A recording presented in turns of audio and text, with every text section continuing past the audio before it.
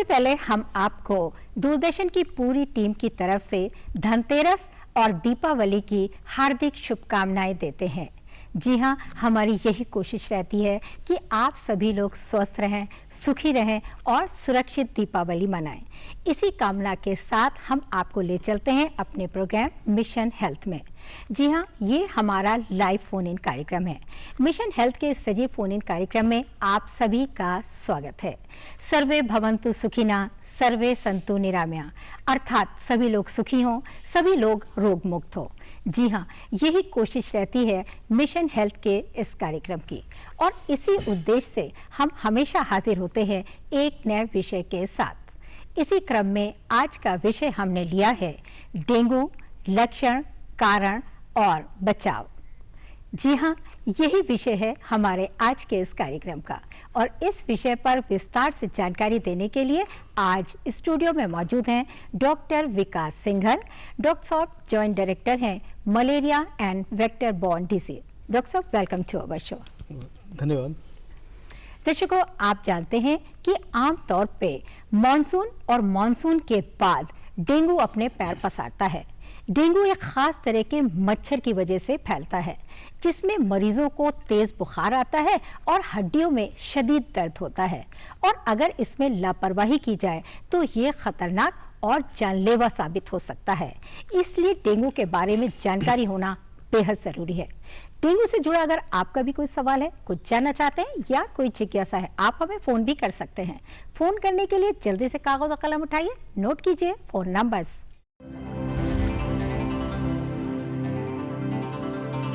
Phone number इस प्रकार से हैं 052222055756, दूसरा नंबर 052222888698, एक नंबर और नोट कीजिए 0522401598। फोन आप जरूर करें, लेकिन फोन करने से पहले टीवी सेट की आवाज को थोड़ा सा कम कर दें और सवाल को संक्षिप्त रखें। साथ ही साथ हम आपको एक बात और बताना चाहेंगे कि आज स्टूडियो में प्रदेश के विभिन्न क्षेत्रों से कुछ पार्टिसिपेंट्स तशरीफ लाए हैं जो इस कार्यक्रम में हिस्सा लेंगे, डॉक्टर साहब से सवाल पूछेंगे और जानकारी हासिल करेंगे। आप सभी का स्टूडियो में बहुत बहुत स्वागत है। आप सभी से मेरी गुजारिश है, अगर आपके मन में भी कोई सवाल आए तो आप डॉक्टर साहब से पूछ सकते हैं और जानकारी ले सकते हैं। तो बस शुरू करते हैं हम अपना आज का ये प्रोग्राम। डॉक्टर साहब, आज का विषय बहुत ही कॉमन है, लेकिन अगर देखा जाए तो बहुत ही इम्पोर्टेंट भी है, क्योंकि हम बात करने जा रहे हैं डेंगू के बारे में। तो सबसे पहले तो आप हमारे व्यूअर्स को ये बताइए कि डेंगू आखिर है क्या? डेंगू एक वायरल बीमारी है जो एक मच्छर जनित ये बीमारी है जिसमें मुख्य रूप से बुखार या इस तरह और लक्षण मिलते हैं। अच्छा, तो डॉक्टर साहब, जैसा कि मैंने शुरू में जिक्र किया था कि कुछ पार्टिसिपेंट्स भी आए हुए हैं, वो भी आपसे पूछना चाहेंगे। जी चंद्र कुमार जी, आप बहुत दूर से तशरीफ लाए, हम चाहेंगे कि आप सबसे पहले अपना सवाल पूछिए। नमस्कार, मेरा नाम चंद्र कुमार है। डॉक्टर साहब, मैं ये जानना चाहूँगा कि डेंगू बुखार को फैलाने वाला मच्छर कौन सा होता है और इसकी हम कैसे पहचान करेंगे? बिल्कुल, डेंगू जो बुखार को फैलाने वाला मच्छर है वो इन्फेक्टेड मादा एडिज इजिप्टाई मॉस्किटो है और ये एक छोटा काले रंग का मच्छर होता है जिसकी जो टांगे हैं और पेट है उस पर सफेद धारियां होती हैं, इसलिए इसको टाइगर मच्छर भी कहते हैं। जी, इस तरह से इसकी पहचान करते हैं हम। सर, मैं जानना चाहता हूं, महेश चंद्रा जी, आपका क्या सवाल है? सर, मैं जानना चाहता हूं कि डेंगू फैलाने वाला मच्छर अगर किसी व्यक्ति को काट लेता है तो उसके कितने समय पश्चात बुखार का पता लगता है? डॉक्टर साहब, ये इंक्यूबेशन पीरियड जानना चाहते हैं। बिल्कुल, जो डेंगू बुखार का जो इसका इंक्यूबेशन पीरियड है वो on an average 5 to 6 days है, पर वो अधिकतम 7 दिन तक भी हो सकता है और ऑन एन एवरेज ये 5-6 दिन का इसका इंक्यूबेशन पीरियड होता है, जिस काटने के बाद 5-6 दिन बाद इसको लक्षण प्रकट होते हैं। जी महेश चंद्रा जी, हम उम्मीद करते हैं कि आपको अपने सवाल का जवाब जरूर मिल गया होगा। डॉक्टर साहब, हम आपसे ये जानना चाहेंगे कि ये जो डेंगू बुखार होता है, क्या ये संक्रमण के द्वारा फैलता है क्या? बिल्कुल, डेंगू बुखार का जो कॉजेटिव एजेंट है वो एक डेंगू वायरस है जो 4 तरह का होता है, जिसको हम डेन 1, 2, 3 and 4 बोलते हैं। 4 तरह का डेंगू वायरस है जो इन्फेक्टेड जो मादा मॉस्किटो एडिज इजिप्टाई उसके काटने से एक जो स्वस्थ व्यक्ति है उसके शरीर में ये जो वायरस है वो इंजेक्ट करता है, जिससे उसमें वो ये डेंगू फैलता है जी। बेसिकली। अच्छा डॉक्टर साहब, जैसे डेंगू के बारे में आप बता रहे हैं, तो क्या ये खतरनाक हो सकता है और कब ये मतलब ये लगता है कि हाँ भाई रिस्क है और दिक्कत हो सकती है, तो कौन सा डेंगू जो है वो खतरनाक होता है? सामान्यतः डेंगू भी अन्य जो वायरल डिजीज है उसकी तरह ही होता है, एंड पर इसके जो सिम्टम है वो काफ़ी वेरिएबल हो सकता है, कई वेरिएबल तरीके से प्रेजेंट कर सकता है।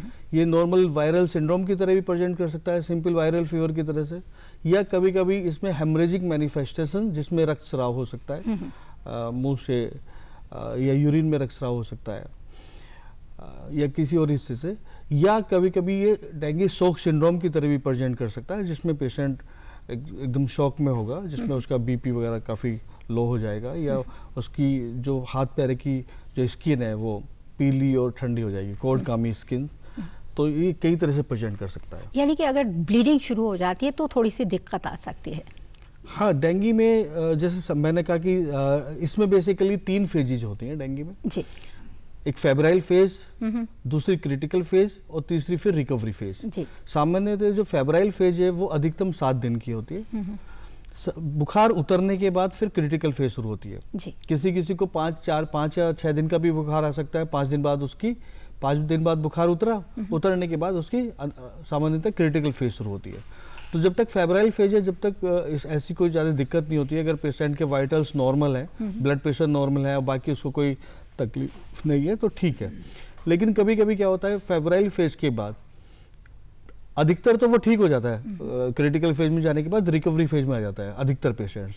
लेकिन कुछ पेशेंट्स में फेब्राइल फेज के बाद जब बुखार उतरता है तो उसको कुछ वार्निंग साइन डेवलप हो सकते हैं। अच्छा। वार्निंग साइन में जैसे तेज कंटिन्यूअस पेट में दर्द होना, या परसिस्टेंट वॉमिटिंग जिसमें 3 से ज़्यादा एपिसोड हो सकते हैं 24 आवर में, या कहीं से शरीर के किसी हिस्से से ब्लीडिंग होना, या उसको सांस लेने में तकलीफ होना, या उसके हाथ पैर ठंडे पड़ना।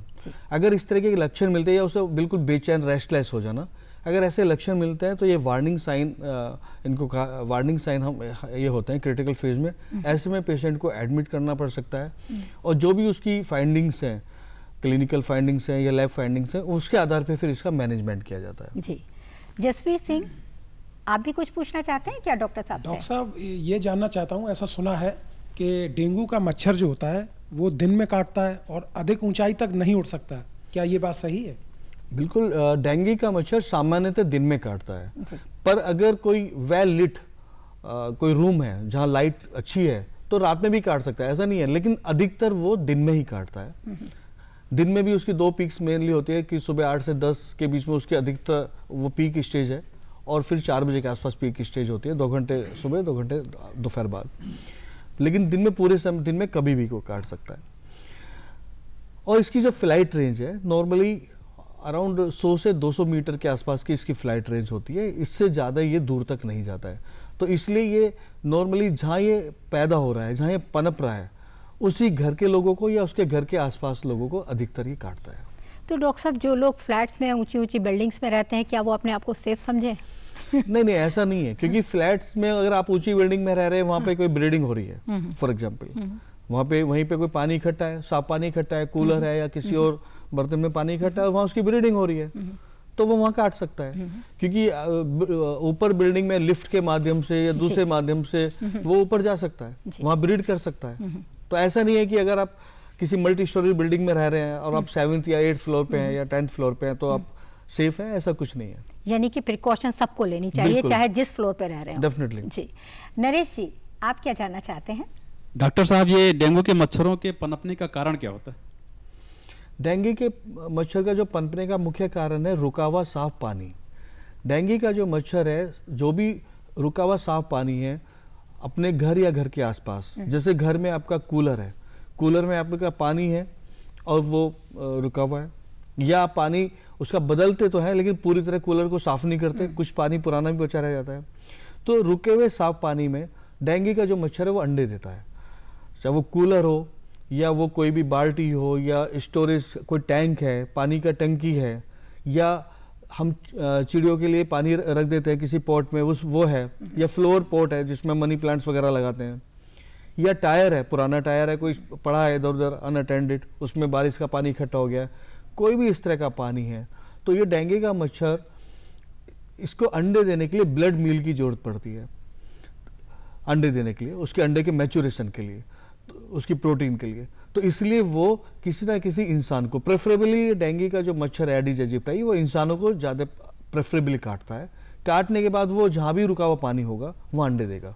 मान लिया एक घर में कोई डेंगू का एडिस एजिप्टाई मॉस्किटो है, उस घर में रहने वाली व्यक्ति को उसने काटा, उसके पास जहाँ भी उसको पानी मिलेगा, रुका हुआ पानी, साफ पानी, वो जाके अंडे देगा। इसलिए इसके लिए बहुत ज़रूरी है कि हम अपने घर या घर के आसपास पानी इकट्ठा न होने दें। और मैं कहूँगा ये तो बहुत अच्छा मौका है, अभी दिवाली का मौका है, और दिवाली पे हम लोग सब लोग अपने घर या घर के आसपास की सफाई करते हैं, ये हमारा एक ट्रेडिशन है। तो ऐसे में मैं पूरी जनता से अपील करना चाहूँगा कि आप अपने घर में जितना भी ऐसी ऑब्जेक्ट्स हैं, बर्तन हैं, छत, घर के अंदर, घर के बाहर, आंगन में, टेरेस पर, छत पर, उन सब को हटा दें। जितना भी पानी है उसको पूरी तरह हटा दें, अच्छी तरह रगड़ के साफ करें, उसको सुखा लें बर्तन को। अगर कूलर है, फ्रिज के नीचे की ट्रे है, या कहीं भी पानी इकट्ठा है, या कोई बाल्टी है, मग्गा है, बर्तन है, घड़ा है, और जो इस तरह के बर्तन है जिन्हें हम ज़्यादा उपयोग नहीं कर रहा, उसको डिस्कार्डेड कर दें, उसको नष्ट कर दें पानी हटाकर। तो ये बहुत अच्छा मौका है, सफाई करनी चाहिए, स्वच्छता अभियान चलाया जा रहा है, तो जाहिर सी बात है हम सबको स्वच्छता रखनी चाहिए। इसलिए हमें सोशल हाइजीन, पर्सनल हाइजीन के साथ, जैसे हम अपने शरीर की हम सफाई करते हैं, हम नहाते हैं, ब्रश करते हैं, तो उसी तरह कपड़े वॉश करते हैं, इसी तरह हमें घर या घर के आसपास की भी सफाई रखनी चाहिए। बिल्कुल। तो हम उम्मीद करते हैं कि आपको अपने सवाल का जवाब जरूर मिल गया होगा। जी हाँ, मिशन हेल्थ का सिलसिला यूं ही चलता रहेगा, बस एक छोटे से ब्रेक के बाद कहीं जाइएगा नहीं, स्टे ट्यून। मिशन हेल्थ कार्यक्रम में आपका एक बार फिर से स्वागत है। आज इस कार्यक्रम में हम बात कर रहे हैं डेंगू के बारे में, और इस विषय पर विस्तार से जानकारी देने के लिए स्टूडियो में मौजूद हैं जाने माने एक्सपर्ट डॉक्टर विकास सिंघल, और इस वक्त एक कॉलर लाइन पर जुड़ गए हैं। हेलो। हेलो, स्वागत है आपका मिशन हेल्थ कार्यक्रम में। प्लीज अपना नाम बताइए और कहाँ से बोल रही हैं आप? जी मैम, हमारा नाम आकांक्षा है, प्रयागराज से बोल रही हूँ मैं। जी, स्वागत है आपका इस कार्यक्रम में। मैम, डॉक्टर साहब से हमारा ये प्रश्न है कि अगर डेंगू किसी को हो जाता है तो कौन सा ऐसा घरेलू उपचार है जिसे अपना के हम इससे निजात पा सकते हैं? जी, बहुत अच्छा सवाल है, बताइए डॉक्टर साहब। डेंगू होने के बाद, अगर जैसे मैंने पहले बताया था कि इसकी 3 अवस्थाएं होती हैं मुख्य तौर पर, फेब्राइल जिसमें फीवर होता है, उसके बाद क्रिटिकल फेज, और उसके बाद आपके रिकवरी फेज। नॉर्मली सामान्यतः फेब्राइल फेज में अगर केवल बुखार है और कोई वार्निंग साइन नहीं है, कोई उसके वाइटल्स नॉर्मल है, बीपी वगैरह सब नॉर्मल, ब्लड प्रेशर वगैरह, तो वो घर पर सामान्य आराम करे, रेस्ट कर सकता है, और प्लेंटी ऑफ लिक्विड डाइट, ज़्यादा लिक्विड डाइट ले, ORS का घोल पी सकता है, जिससे उसको डिहाइड्रेशन से बचने के लिए। लेकिन अगर कोई भी वार्निंग साइन मिलते हैं तो उसे फ़ौरन हॉस्पिटल से कांटेक्ट करना चाहिए, उसका फिर घर पे इलाज संभव नहीं। डॉक्टर साहब, एक बात और देखी जाती है कि घरेलू इलाज की बात चल रही है, जैसा कि इनका सवाल है, तो देखा जाता है लोग पत्तियों को पपीते की पीस करके उसका अर्क पीते हैं, जूस पीते हैं, और कहते हैं इससे प्लेटलेट्स बढ़ जाती हैं। आप एक्सपर्ट हैं, हम चाहेंगे कि आप हमारे व्यूअर्स को जरूर बताइए इस बारे में। जैसे मैंने बताया कि डेंगू में बेसिकली क्या होता है कि उसका जो रीजन है वो प्लाज्मा लीकेज है। डेंगू होने के बाद प्लाज्मा लीकेज बढ़ता है, जिसमें आपका जो फ्लूइड है, वो जो भी इंट्रासेलुलर फ्लूइड है वो एक्स्ट्रा सेलुलर कंपार्टमेंट में आता है, उसी की वजह से जो कॉम्प्लिकेशन होते हैं उसी से ही दिक्कतें होती हैं। तो ऐसे में इस सब का कोई एविडेंस नहीं है कि कोई इस तरह की पत्ती या घरेलू उपचार से कोई ठीक हो सकता है। ये डिपेंड करता है कि पेशेंट किस तरह से प्रेजेंट कर रहा है, पेशेंट का प्रोग्रेस किस तरह से हो रहा है। सामान्यतः अधिकतर जो पेशेंट है वो फेब्राइल फेज के बाद सिंपल वायरल फीवर की तरह से वो रिकवरी बिना क्रिटिकल फेज में जाए वो रिकवरी फेज में आ जाते हैं, वो ठीक हो जाते हैं। कुछ ही % केसेस ऐसे होते हैं जिसमें उनको कॉम्प्लिकेशन आते हैं। तो ऐसे में उसका उचित इलाज किया जाना, जिसमें फ्लूइड मैनेजमेंट है या उर्दू से मैनेजमेंट है, जो एक्सपर्ट के द्वारा कराया जाना बहुत आवश्यक है। डॉक्टर साहब, बाराबंकी से एक फोन आ रहा है हमारे पास, नंद स्वरूप मिश्रा जी का। हेलो। हेलो, स्वागत है आपका मिशन हेल्थ कार्यक्रम में। प्लीज अपना क्वेश्चन पूछिए। हाँ नमस्ते मैडम, नमस्कार। मैं जानना ये चाहता हूँ कि जो कोई गर्भवती डेंगू हो गया तो उसके बच्चे ऊपर इसका कितना असर पड़ेगा। दूसरी चीज, महिला को हम अपने घर में किस प्रकार से रख रखाव रखें कि डेंगू आगे न फैलने पाए, वो पर ही सीमित रहे। डॉक्टर साहब, इनका बहुत ही अच्छा सवाल है। अगर कोई प्रेग्नेंट लेडी है और उसको डेंगू हो जाता है तो क्या बच्चे के ऊपर कोई बुरा असर पड़ेगा? अगर प्रेगनेंसी है, प्रेगनेंसी में डेंगू होता है तो ये एक अपने आप में एक थोड़ा खतरा है। तो ऐसे में उनको एडमिट होने की ज़रूरत पड़ सकती है। तो क्योंकि कुछ मोर्बिडिटी में वो एक रिस्क फैक्टर बढ़ जाता है। तो ऐसे में ज़रूरी है कि वो फ़ौरन अगर उनको डेंगू होता है, कोई प्रेग्नेंट फीमेल है, तो उसको हॉस्पिटल में संपर्क करना चाहिए और जो एक्सपर्ट हैं उन्हीं के माध्यम से फिर उसको ट्रीटमेंट कराना चाहिए अपना। नंद स्वरूप मिश्रा जी, फ़ोन करने के लिए आपका बहुत बहुत शुक्रिया। और अंकित जी, आप भी स्टूडियो में आए हुए हैं, आप क्या जानना चाहते हैं डॉक्टर साहब से? डॉक्टर साहब, क्या सावधानियां रखें कि डेंगू बुखार से बचा जा सके? डॉक्टर साहब, ये बहुत इंपॉर्टेंट है क्योंकि हमेशा कहा जाता है prevention is better than cure. Definitely ये बहुत इंपॉर्टेंट क्वेश्चन है, क्योंकि जैसे सब लोग जानते हैं कि डेंगू के लिए कोई मेडिसिन भी अवेलेबल नहीं है, कोई वैक्सीन भी नहीं है, तो प्रिवेंशन इज मच बेटर। तो इसमें बचने के लिए सबसे ज़रूरी है, जैसे मैंने पहले भी बोला था, पर्सनल एंड सोशल हाइजीन। जैसे हम अपने आप को साफ रखने के लिए हम डेली बाथ लेते हैं, अच्छे साफ धुले हुए कपड़े पहनते हैं, ब्रश करते हैं, ऐसे ही हमें अपने घर को भी साफ रखना चाहिए। जैसे क्योंकि डेंगू का जो मच्छर है वो रुके हुए साफ पानी में फैलता है और अधिकतर वो घर या घर के आसपास जो डोमेस्टिक एंड पेरी डोमेस्टिक जो एरिया है वहीं पे ये फैलता है, क्योंकि वहीं पे लोग हैं जिनको उसको ब्लड चाहिए, ब्लड मील लेगा, काटेगा, काटने के बाद फिर उसे अंडा देना है, तो जहाँ भी नियर बाई उसको पानी रुका हुआ मिलेगा वो अंडे देगा, फिर उससे और मच्छर पैदा होंगे। तो हमें नियमित अंतराल पर, एक तो हमें कुछ जगह देखने में आता है कि जहाँ वाटर सप्लाई 24/7 नहीं है या किसी निश्चित टाइम पीरियड पे पानी की सप्लाई आती है, सुबह आती है 2 घंटे, शाम को आती है, तो उन लोगों में हैबिट होती है पानी को इकट्ठा करने की। वो हैबिट ऐसी होती है कि वो आवश्यकता से अधिक भी कुछ लोग पानी इकट्ठा कर लेते हैं। पानी इकट्ठा करने के लिए जो उनके पास जो टंकी वगैरह है वो कई बार उसमें ढक्कन नहीं होते, वो अपना लोकल टंकी वगैरह खरीदी है, उसमें ढक्कन नहीं है, ढक्कन टूटा हुआ है और पानी वो इकट्ठा है, क्योंकि हमें ज़्यादा पानी इकट्ठा, हमें लगता है कभी और ज़्यादा कर लो, पानी कभी आए या ना आए, इस तरह की टेंडेंसी होती है। अब वो पानी अनयूज पानी वो रखा रहता है, कभी कभी वो हफ्तों तक भी रखा रहता है। तो अगर कोई भी पानी घर में रखा है या कहीं भी आपने स्टोर किया हुआ है जो खुला है, जिसका ढक्कन नहीं लगा हुआ है, जिस पानी के अंदर, जिस बर्तन के अंदर मच्छर जा सकता है, वो वहां अंडे देगा, अंडे देगा तो वहां और मच्छर पैदा होंगे। इसलिए ये बहुत जरूरी है कि अगर हमें मजबूरी है, हमें पानी स्टोर करना है, तो हम ऐसे टंकी का इस्तेमाल करें जिसमें ढक्कन हो, वो ढक्कन प्रॉपरली बंद होना चाहिए जिसमें मच्छर अंदर ना जा सके। बिल्कुल। और कोशिश करें कि हम पानी इकट्ठा ही ना करें, और अगर हम कर रहे हैं तो प्रतिदिन उसको बदलें। अच्छी तरह से बदलने के लिए क्या है, अगर हमने किसी किसी बर्तन में पानी इकट्ठा किया है, हर सुबह अगले दिन उसको अच्छी तरह से उसकी जो अंदर की सतह है उसको रगड़ कर या सर्फ अच्छी तरह साफ करके तब पुनः दोबारा पानी भरें। जी डॉक्टर साहब, एक फोन आ रहा है हमारे पास। हेलो। हेलो जी, स्वागत है, प्लीज अपना नाम बताइए और क्वेश्चन पूछिए। जी, मेरा नाम राम प्रताप दीक्षित भिरिया पिंडरवा हरदोई से। मैं पूछना चाहता हूँ। क्या पूछना चाहते हैं आप? मैं पूछना चाहता हूँ कि ये जो पहले मच्छरों के बचाव हेतु जो है डीटीटी का छिड़काव किया जाता था, लेकिन अब वो डीटीटी का छिड़काव नहीं हो पा रहा है, जिससे अभी भी छिड़काव होता है, ये जानना चाह रहे हैं। देखो, डीडीटी का जो छिड़काव है वो हम इंडोर रेजिडुअल स्प्रे बोलते हैं उसको, है ना। इंडोर रेजिडुअल स्प्रे हम नॉर्मली जहाँ मलेरिया हमारा पास, जहाँ मलेरिया के केसेस ज़्यादा होते हैं, जहाँ मलेरिया का एनुअल पैरासाइट जो इंसिडेंस है वो ज़्यादा होता है, वो वहाँ छिड़का जाता है। डेंगू के मच्छर में खास बात क्या है, उसमें इंडोर रेजिडुअल स्प्रे का कोई इफेक्ट नहीं है। क्यों नहीं है? क्योंकि जो मलेरिया फैलाने वाला मच्छर है वो दीवार पर बैठता है, काटता है, फिर दीवार पर बैठता है। तो अगर हम दीवारों पर डीडीटी का छिड़काव कर देते हैं तो वो उससे मच्छर नष्ट हो मर जाता है, वो बीमारी नहीं फैला पाता। लेकिन जहाँ तक डेंगू की बात है, डेंगू फैलाने वाला जो मच्छर है एडिस एजिप्टाई, वो कहाँ बैठेगा? वो फर्नीचर के नीचे बैठेगा, वो किसी पर्दे के पीछे बैठेगा जी। वो आपके जो वॉश बेसिन है उसके नीचे बैठेगा, अंधेरे कोनों में छुप के बैठेगा। तो ऐसा उसकी वो उस तरह की बायोनोमिक्स नहीं होती, तो इसलिए उसमें डीडीटी का कोई रोल नहीं है। Thanks for calling.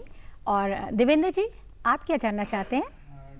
अगर किसी को डेंगू हो गया है तो अस्पताल में ले जाने से पहले घर पे कौन सी ऐसी दवा है जो उनको दी जा सकती है? हाँ डॉक्टर साहब, ये इम्पोर्टेंट सवाल है क्योंकि बहुत तेज बुखार होता है। देखो, डेंगू अगर हुआ है, जैसे मैंने कहा कि फेब्राइल फेज है, क्रिटिकल फेज है और आपकी रिकवरी फेज है। अगर वो फेब्राइल फेज में है तो फीवर के लिए केवल हम पैरासीटामोल ले सकते हैं जी, जो एक नॉर्मल, जो एक डोज है as per as and wait जी, जो रिकमेंडेड डोज है। उसके अलावा कोई मेडिसिन आपको नहीं लेनी है। बस क्या करना है कि जिससे डिहाइड्रेशन से बचने के लिए आपको लगातार अपना पानी पीते रहें। सबसे अच्छा है कि ORS का घोल बना के रख लें। 1 लीटर पानी में एक ORS का घोल बना के रखें और बीच बीच में वो पीते रहें, जिससे यानी कि पानी ज्यादा से ज्यादा पीना चाहिए। डॉक्टर साहब, एक फोन आ रहा है हमारे पास। हेलो हेलो, अगर आप हमारी आवाज सुन पा रहे हैं तो प्लीज अपना नाम बताइए और सवाल पूछिए। जी हाँ, मेरा नाम ब्रजभूषण सिंह चौहान है, मैं सीतापुर जिले से बोल रहा हूँ। जी, क्या जानना चाहते हैं आप? जी, मैं डॉक्टर साहब से मैं ये पूछना चाह रहा हूँ कि अगर हमारे घर में कोई डेंगू का पेशेंट है या जिसे भी डेंगू होने वाला है तो हमें डेंगू के सिम्टम्स कैसे पता चलेंगे? हमें ये कैसे पता चलेगा कि उस व्यक्ति को डेंगू मच्छर ने काटा है और हम उसका इलाज किस तरह से करेंगे? डॉक्टर साहब, ये इंपॉर्टेंट सवाल है क्योंकि लक्षणों को पहचानना बहुत जरूरी है, अर्ली डिटेक्शन। डॉक्टर साहब, हम चाहेंगे कि आप जल्दी से जवाब दे दीजिए, इनका वक्त कम है हमारे पास। डेंगू का, जैसे मैंने बताया कि डेंगू का जो फीवर है वो एक सामान्यतः वायरल फीवर की तरह है वो भी, और वो कई तरह से प्रेजेंट कर सकता है। तो आप ये नहीं कह सकते ये फीवर है, ये डेंगू होगा। हाँ, अगर आपके एरिया में जहाँ आप रहते हैं वहाँ डेंगू के केसेस निकले हैं पॉजिटिव और फीवर आ रहा है तो वो सस्पेक्टेड केस हो सकता है, आपको फौरन जांच करानी चाहिए। जांच की सुविधा हमारी जो सरकारी डिस्ट्रिक्ट लेवल पर जो सरकारी स्वास्थ्य केंद्र है वहाँ हमारे पास उपलब्ध है, तो वो हमें जांच करानी चाहिए, तभी हमें पता लगेगा ये डेंगू है। ऐसा कुछ नहीं हम कह सकते, क्योंकि डेंगू का जो बुखार है जिस तरह वो प्रेजेंट करता है वो और भी बुखार प्रेजेंट कर सकता है। लेकिन सामान्यतः अगर बुखार है, बुखार के साथ बहुत ज्यादा बदन में तेज दर्द है या सर में दर्द है या आंखों के पीछे दर्द है या उसके शरीर पर चकते पड़े हुए हैं, तो आप ये एक सस्पेक्टेड केस ऑफ डेंगू हो सकता है। यानी कि अगर रैशेस वगैरह दिखाई दे रहे हैं तो फिर वेट नहीं करना चाहिए, फौरन डॉक्टर से कांटेक्ट करना चाहिए। वोमिटिंग आ रही है इस तरह का बुखार के साथ, तो हमें जांच करानी चाहिए। जी, थैंक्स फॉर कॉलिंग। और सवाल जवाब का ये सिलसिला यूं ही चलता रहेगा, बस एक छोटे से ब्रेक के बाद कहीं जाइएगा नहीं, देखते रहिए आप हमारा कार्यक्रम मिशन हेल्थ। मिशन हेल्थ कार्यक्रम में आपका एक बार फिर से स्वागत है। आज हम बात कर रहे हैं डेंगू के बारे में और इस विषय पर विस्तार से जानकारी देने के लिए स्टूडियो में मौजूद हैं डॉक्टर विकास सिंघल और निरंजन कुमार जी। आप क्या पूछना चाहते हैं डॉक्टर साहब से? डॉक्टर साहब, मैं एक प्रश्न पूछना चाहता था कि जैसे किसी व्यक्ति को डेंगू हुआ और डेंगू होने के बाद वो व्यक्ति ठीक हो गया, लेकिन क्या उसके बाद भी हम उसको कुछ सावधानियां बरतनी चाहिए क्या? नहीं, जैसे अगर डेंगू हुआ है उसके जैसे सामान्य वायरल फीवर है, कोई भी डेंगू हुआ है और उसके बाद वो रिकवरी फेज में ठीक हो जाता है तब दैट्स फाइन, ऐसे कोई दिक्कत नहीं। पवन कुमार जी, आपका क्या सवाल है? आप क्या पूछना चाहते हैं डॉक्टर साहब से? जी डॉक्टर साहब, मैं ये पूछना चाहता हूँ कि डेंगू से बचाव के लिए कोई टीका या वैक्सीन अभी उपलब्ध है और नहीं? अभी तक इसके लिए कोई वैक्सीन उपलब्ध नहीं है। अच्छा, मैं जो पिछले कॉलर थे उन्होंने क्वेश्चन किया था कि अगर वो ठीक हो जाए, क्योंकि कई बार क्या होता है कि जब बुखार उतरता है, जैसे मैंने कहा फेब्राइल फेज के बाद क्रिटिकल फेज आती है, तो आदमी सोचता है बुखार उतर गया, मैं ठीक हो गया हूँ। तो ऐसा नहीं है। अगर बुखार उतरा है और बुखार उतरने के बाद उसको 1 या 2 दिन के अंदर वार्निंग साइन आते हैं जिसमें बहुत ज़्यादा उसको पेट में दर्द या वॉमिटिंग या ब्लीडिंग या उसको शौक में किसी तरह का उसको सांस लेने में तकलीफ हो रही है, किसी और चीज़ में दिक्कत आ रही है, तो वो कहीं ना कहीं कॉम्प्लिकेशन हो सकते हैं। तो इसलिए उसमें हमें फ़ौरन उसकी मेडिकल हेल्प लेनी पड़ेगी। हाँ, लेकिन जब वो रिकवरी फेज से भी बाहर आ जाएगा और 7 दिन के बुखार, जो भी बुखार की मैक्सिमम लिमिट है, बुखार होने के बाद 3-4 दिन उसके बाद वो नॉर्मल सामान्य अवस्था में आ जाएगा, जिसमें उसका यूरिन आउटपुट ठीक हो जाएगा, उसको भूख सही लगने लगेगी, वो बेटर फील करने लगेगा, कोई कॉम्प्लिकेशन नहीं होगा, बीपी वगैरह सब नॉर्मल होगा, देन फाइन, तब उसकी कोई दिक्कत नहीं है। जी, मनीष जी, आपका क्या क्वेश्चन है? डॉक्टर साहब, मैं जानना चाहता हूँ ये डेंगू का मच्छर जो होता है किस सीजन में अधिक फैलता है? हाँ, बिल्कुल, बहुत अच्छा आपका क्वेश्चन है। डेंगू का जो मच्छर है वो normally monsoon and post monsoon period में ज़्यादा फैलता है, क्योंकि डेंगू के मच्छर फैलने के लिए जो मेट्रोलॉजिकल कंडीशन है, जिसमें आपका रेनफॉल, टेम्परेचर, ह्यूमिडिटी, ये मच्छर के पनपने के लिए बहुत इंपॉर्टेंट क्रूशियल पार्ट प्ले करते हैं। तो इसलिए रेनफॉल के बाद जब बारिश होगी उसके 1 या 2 हफ्ते बाद तो उसकी ब्रीडिंग, क्योंकि पानी रेनफॉल होगी तो आपका पानी रुकेगा। कई बार क्या होता है कि आपके वैकेंट प्लॉट पड़े हैं, खाली प्लॉट पड़े हैं, अब वहाँ पर कुछ इस तरह के ऑब्जेक्ट्स पड़े हैं, जैसे नारियल का खोल है या कोई बाल्टी है, कोई मग है, उसमें पानी इकट्ठा हो गया, वहाँ आपकी ब्रीडिंग शुरू हो जाएगी। छत पे आपका कोई टायर पड़ा है अनअटेंडेड या इस तरह के कोई प्लास्टिक के पड़े तो उसमें ब्रीडिंग होने, या कूलर आपका बार बार हम यही कहना चाहेंगे कि हमें खुद भी स्वच्छता का ध्यान रखना चाहिए। रजत पाल जी, आपका क्या सवाल है? डॉक्टर साहब, मैं ये जानना चाहता हूँ डेंगू के रोगियों का आहार कैसा होना चाहिए? बिल्कुल सामान्य आहार होना चाहिए कि एक जो इजीली डाइजेस्टेबल है, जैसे बहुत ज़्यादा ऑयली या इस तरह का गरिष्ठ भोजन नहीं होना चाहिए। जो इजीली डाइजेस्टेबल जो आहार है वो आप ले सकते हैं और साथ में लिक्विड डाइट लें। जी राखी जी, समय समाप्त हो रहा है, हम चाहेंगे आप भी अपना आखिरी सवाल जरूर पूछ लीजिए डॉक्टर साहब से। डेंगू का घरेलू उपचार भी होता है? नहीं, डेंगू का ऐसा कोई घरेलू उपचार नहीं। अगर वो डेंगू, मैंने कहा कि कुछ मैक्सिमम ऑफ केसेस में वो वायरल फीवर की तरह खुद रिकवरी करता है जी, खुद सही हो जाता है। आपने सिंपली पैरासीटामोल लिया बुखार उतारने के लिए और कोई जरूरत नहीं होती, या अपना फ्लूइड्स लेते रहे, डाइट सामान्य डाइट लेते रहे, साथ ही अपना प्लेंटी ऑफ फ्लूइड्स लेते रहे, ORS का घोल पीते रहे जिससे पानी की कमी ना हो, और वो ठीक हो जाएगा। लेकिन ऐसा कोई इसका उपचार नहीं है अलग से। राखी जी, सवाल पूछने के लिए आपका बहुत बहुत शुक्रिया। डॉक्टर साहब, एक छोटा सा सवाल हम आपसे और पूछना चाहेंगे कि राष्ट्रीय डेंगू दिवस भी क्या मनाया जाता है और कब? बिल्कुल, राष्ट्रीय डेंगू दिवस हम मनाते हैं 16 मई को। उसका मुख्य उद्देश्य अवेयरनेस क्रिएट करना है प्रचार लोगों में, ये मनाते हैं। जी डॉक्टर साहब, आपने बहुत ही इंपॉर्टेंट जानकारी हमारे व्यूवर्स को डेंगू के बारे में दी, थैंक यू सो मच।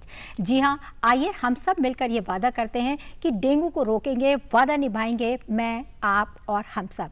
इसी वादे के साथ अब हम आपको ले चलते हैं कार्यक्रम के आखिरी और ख़ास सेक्शन, यानी कि चलते चलते।